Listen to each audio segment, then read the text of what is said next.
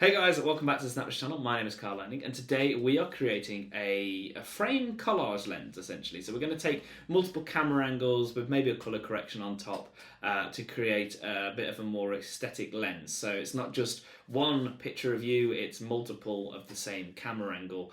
And this has been requested, so I'm really excited to bring this one because we've done the three basic tutorials like text, image and colour correction, but now we're trying to step up and give you more skills so you can create more advanced lenses, because once you start learning all the little things and then you come into Lens Studio, which we are currently in here, and pressing new project for the first time and just building the lens you want to is such a satisfying feeling and really shows that you're on your way to becoming a serious lens creator. But of course, I always recommend going through the templates and taking them apart, break the assets, build things with the templates and learn from those as well, because that is how I learned, and there's so many amazing little assets that you can change that can just help with your learning as well. But today's tutorial, it's not a basic one, but if this is your first lens tutorial, you'll be able to follow this as well. So I still have the confidence that it's not going to be too technical, but I just wanted to put a disclaimer that we have done some basic ones that do cover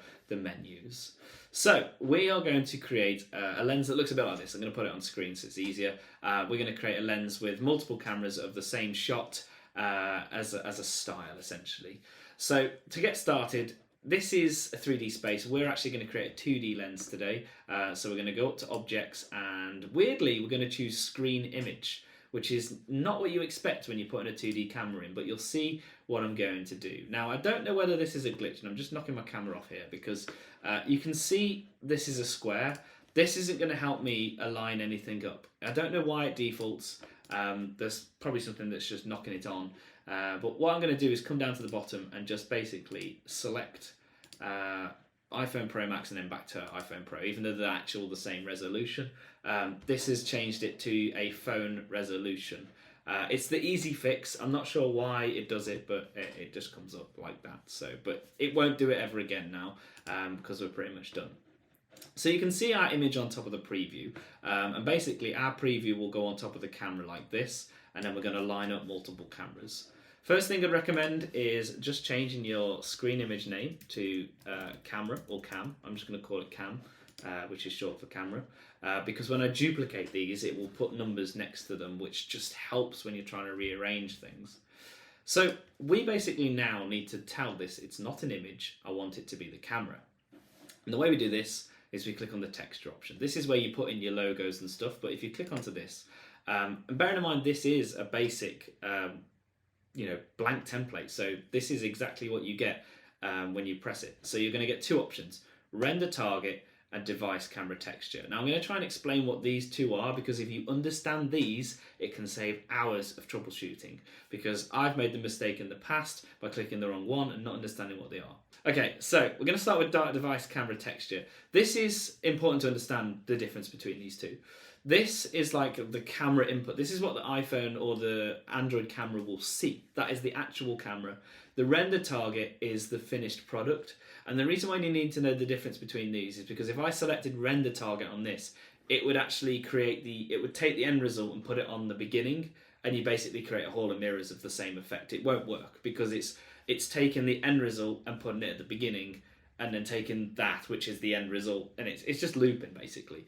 But we want to take the device camera texture, because essentially this is what the raw camera sees, and that's what we want for our lens, because we want to take the camera, then put it through the lens, and that creates our result. And render target is the result. I'm going to make a little diagram on screen so you can sort of see. This is native camera.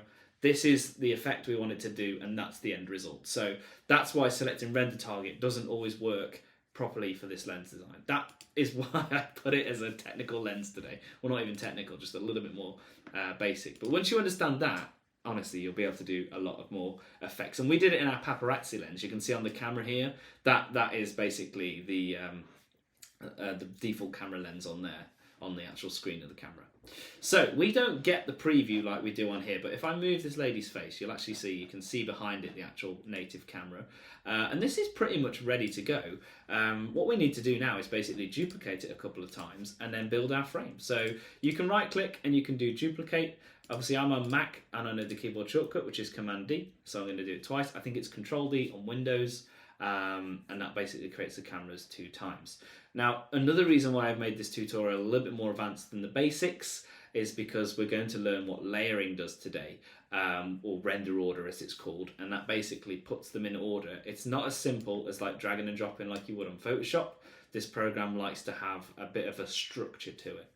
But before we get to that, I'm just going to put my lenses in an order. I want to do half a face maybe here, and then I'm going to hold shift to keep it proportion.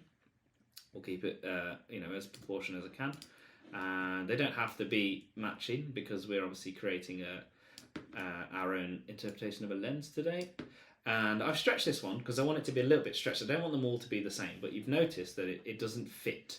If I try and hide these for a second, you can see it doesn't fit to the corners, and that's where we can come to here and we can choose it to stretch to the width, and now it does, or you can do stretch to the height. That one won't work for us, but we can do fill. So you can keep trying these ones out. You can just try different effects. Obviously send it to Snapchat, try it out, because obviously that's helpful. But that is the lens I want to build. Now, they're in the wrong order at the moment, so I'm just going to come onto here and untick auto. So what I did there was I clicked where these layer render orders are, and I'm turning the auto off, because that's just putting them in order that it wants to automatically do, obviously. I'm going to make this number 3, and I'm hoping this will shoot to the back. Yes. Why is cam 2 not in the right order? Oh, I guess if we make this number 4. There we go, perfect. I knew it worked. So you just got to play around, get your lenses in the right order, and you can see that this lens is working. And if I go to one of the video lenses, you might be able to see how this sort of works with the camera.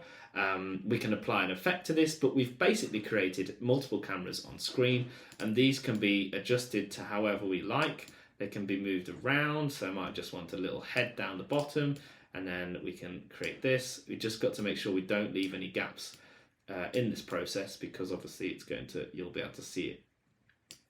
So you might want to check your lines on there. That's a little bit out, but for the tutorial that'll be fine. And that's pretty much the basic of what we're creating. We can have multiple. I've chose to do 3 today. I mean, we could duplicate it again.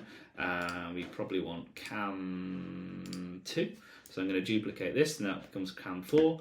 And I can actually shrink this down even more, and even have a little one on here, which can be rotated a little bit. You can even have it down this bottom corner if you want to.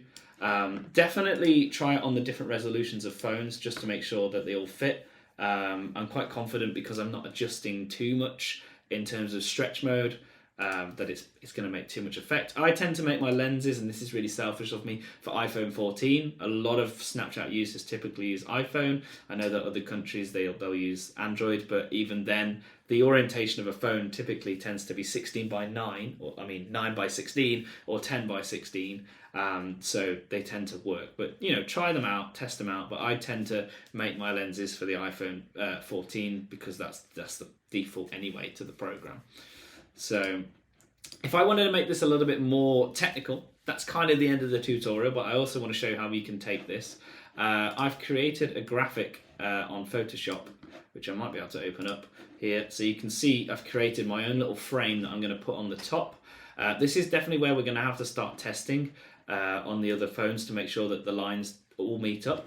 But if I go back to Lens Studio, I've just imported that as a PNG, so you can see that here. And if I go onto here, create new screen image, and then drag and drop my frames onto here, I can then essentially, and this is where, we want to select the screen image. This is going to get a bit annoying, because I'm just going to turn these all off, I think, while I try and edit this. It's already on screen, so it's just the layering then. Okay, so we just need to change the layers. So if we make this, I can't remember if this is the right way around. Nope, I've done it the wrong way around, so I'm just going to make this 10, because there's no number bigger than 10. So, and then on here, what I'm going to do is get rid of that lens, and then just basically make it fit. Oh, this is beautiful. I didn't think it was going to be this easy for the tutorial. I actually didn't test this before making it. Screen image might just need to be made a little bit bigger. And then we'll do fill height. Yeah, cool. Right, and then I just need to pull this camera. Oh no, it's the layering, isn't it? So pull this one down. Perfect. Oh my god, that worked perfect. Honestly, I'm dead impressed with myself. I didn't think it was going to be that easy. Sometimes it's like getting the layers all correct and getting the cameras to fit in those lines. Normally, well, obviously, I've impressed myself, but normally it's a bit more fiddly than that. If I want to apply a colour correction, and this is where I think some of you might be finding the errors, because this is where it starts to go into the real technical understanding of how this program works. But if we go to colour correction, and I'm going to go to blue-orange, and you can see that it hasn't applied. And that's because of the way the layering system is currently working. And we're not talking about the layering system in the render order. We're actually talking about a new menu we've not talked about on this channel before, which is scene configuration. And this is essentially where render target is. This is our end result, but we basically need to say which order we want these in. And all we need to do is basically reverse these around. We just need to put this one on top. And as you can see, the effect has now been applied on top of the camera. If you don't want the black line to be created like that, you'd have to create another orthographic camera and separate the images basically. But for me, that's fine. Again, we can make those subtle changes. We're going to go back to the resource panel. Oh, my LED bulb's gone. We're going to go to the resource panel, and we're just going to basically alter the effect just to tone it down a bit, and there's my end result. So I'm just going to sit closer to the screen so I've gone a bit dark. I might just make my Snapchat yellow again. But yeah, that is basically the end of the tutorial. You can try this lens out now, and of course I always recommend pressing send to Snapchat, because you can test this before publishing to Snapchat, and it just allows you to sort of have a play, send it to your friends and get some feedback. So I hope this tutorial's helped. It's a little bit more technical because we've obviously got screen configuration and layers in this lens, but when you start to learn how these work, you can sort of like build the lens in confidence that it's all going to be fine. And if you want to try this lens out, I'm actually going to publish one. I'm pretty impressed with my assets. Nice little basic lens like this. You can try this out by scanning this QR code here, or this snap code, sorry. So yeah, I hope you've enjoyed this video. It definitely was a lot easier than I thought it was going to be. Obviously, I don't tend to make these sorts of lenses anymore. I tried to delve into 3D, which of course we will be coming to on this channel. But there we have. That is what I call a frame lens. Have fun. Share this tutorial around with anyone who wants to become a lens creator, because once you learn all the fundamentals, you'll be able to go really far on Lens Studio. So thank you very much for watching, and I hope to see you in another tutorial.